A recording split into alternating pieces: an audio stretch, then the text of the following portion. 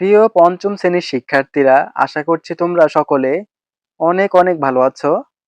আজকে তোমাদের বিজ্ঞান বইয়ের তৃতীয় যে অধ্যায়টি আছে, খাদ্য, আজকে এই অধ্যায়টি আমরা একে একে সমাধান করব। তোমরা যদি তোমাদের বিজ্ঞান বইয়ের প্রথম এবং দ্বিতীয় অধ্যায় ভিডিওটি না দেখে থাকো, তাহলে অবশ্যই চ্যানেল থেকে ভিডিওটি দেখে নিবে।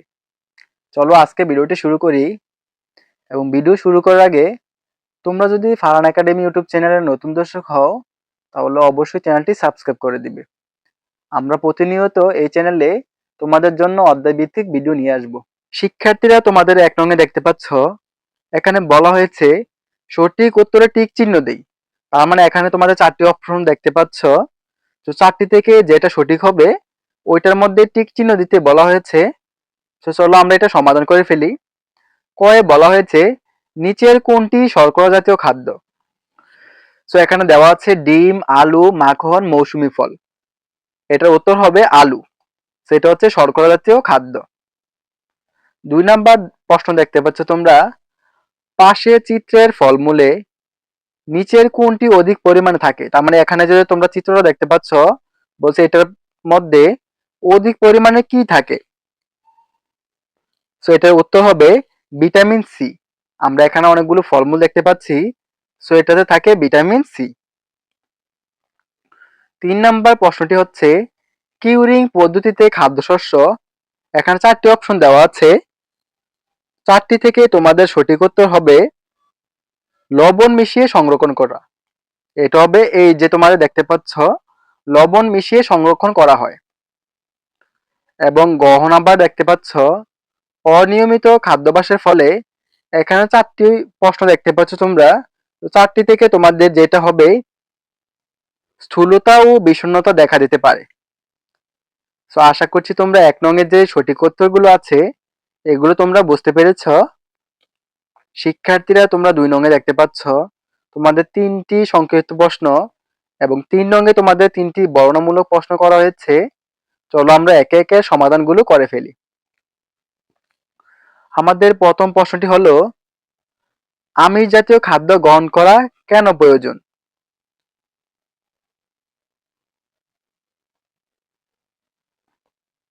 আমিষ জাতীয় খাদ্য দেহ গঠনে গুরুত্বপূর্ণ ভূমিকা পালন করে।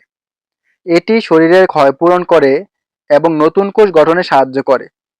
শিশুদের শারীরিক বৃদ্ধি, রোগ প্রতিরোধ ক্ষমতা বৃদ্ধি এবং দেহের স্বাভাবিক বিকাশের জন্য আমিষ জাতীয় খাদ্য অত্যন্ত প্রয়োজনীয়। আমাদের ২ নম্বর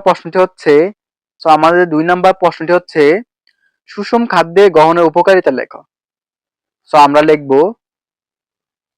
সুষম খাদ্য গ্রহণের মাধ্যমে শরীর সুস্থ ও সবল ও কর্মক্ষম থাকে। এতে দেহের প্রয়োজনীয় সব পুষ্টি উপাদান সঠিক পরিমাণে পাওয়া যায়। সুষম খাদ্য শরীরের রোগ প্রতিরোধ ক্ষমতা বৃদ্ধি করে এবং শিশুদের শারীরিক ও মানসিক বিকাশে সহায়তা করে। তো আশা করছি ২ নম্বর প্রশ্নটিও তোমরা বুঝতে পেরেছ। ৩ নম্বর প্রশ্নে বলা হয়েছে যথেষ্ট পরিমাণে আমিষ ও তেল সমৃদ্ধ খাবার খেলেও পুষ্টিহীনতা থাকতে পারে কেন? তো আমরা এটা উত্তরে লিখব শুধু আমিষ ও তেল জাতীয় খাবার খেলেই শরীরের সব পুষ্টি চাহিদা পূরণ হয় না। ভিটামিন ও খনিজ লবণ ও পানির অভাবে শরীরের পুষ্টির ভারসাম্য নষ্ট হয়। ফলে পর্যাপ্ত খাবার খাওয়া সত্ত্বেও পুষ্টিহীনতা দেখা দিতে পারে। সো আমরা সংক্ষিপ্ত প্রশ্ন সবগুলো সমাধান করে ফেললাম। তোমাদের যদি বুঝতে অসুবিধা হয় তবে কমেন্ট করে তোমরা জানিয়ে দিবে। শিক্ষার্থীরা, সংক্ষিপ্ত প্রশ্নের সমাধান করার পর আমরা চলে আসলাম বর্ণনামূলক প্রশ্ন সমাধানে। চলো আমরা একে একে সমাধান করে ফেলি। তোমরা যদি ফারহান একাডেমি ইউটিউব চ্যানেলের নতুন দর্শক হও, অবশ্যই চ্যানেলটি সাবস্ক্রাইব করে দিবে এবং তোমরা সুন্দর একটি কমেন্ট করে দিবে। আমাদের বর্ণনামূলক প্রথম যে প্রশ্নটি সেটা হচ্ছে খাদ্য সংরক্ষণ কাকে বলে? খাদ্য সংরক্ষণ গুরুত্বপূর্ণ কেন তা লেখো।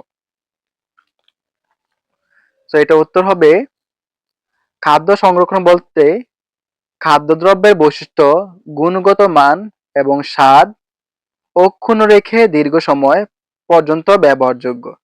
বোঝায় হচ্ছে খাদ্য সংরক্ষণ। খাদ্য সংরক্ষণের গুরুত্ব অনেক অপরিসীম।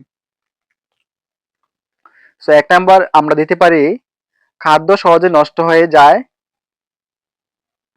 এবং পচনের কারণে খাওয়ার অনুপযোগী হয়ে পড়ে। তাই আমাদের খাদ্য সংরক্ষণ করতে হবে। ২ নাম্বার কারণটি হলো সংরক্ষণের মাধ্যমে খাদ্যের পুষ্টি, স্বাদ, সতেজতা অক্ষুণ্ণ থাকে। ৩ নাম্বার কারণটি হলো খাদ্য সংরক্ষণের ফলে অণুজীব ও ব্যাকটেরিয়া উৎপাদন বাধাগ্রস্ত হয়, যা খাদ্যকে রোগ জীবাণু মুক্ত রাখে। তো আশা করছি তোমরা এটা বুঝতে পেরেছ। আমাদের ২ নাম্বার যে বর্ণনামূলকটি এটা হচ্ছে নিয়মিত খাদ্য গ্রহণ কিভাবে আমাদের স্বাস্থ্য রক্ষায় ভূমিকা রাখে।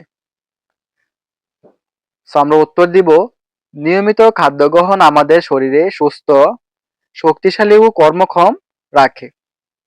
এটি শুধুমাত্র একটি পুষ্টি সরবরাহ করে না, বরং শরীরের অভ্যন্তরীণ প্রক্রিয়াগুলোর সমন্বয় ও বজায় রাখে।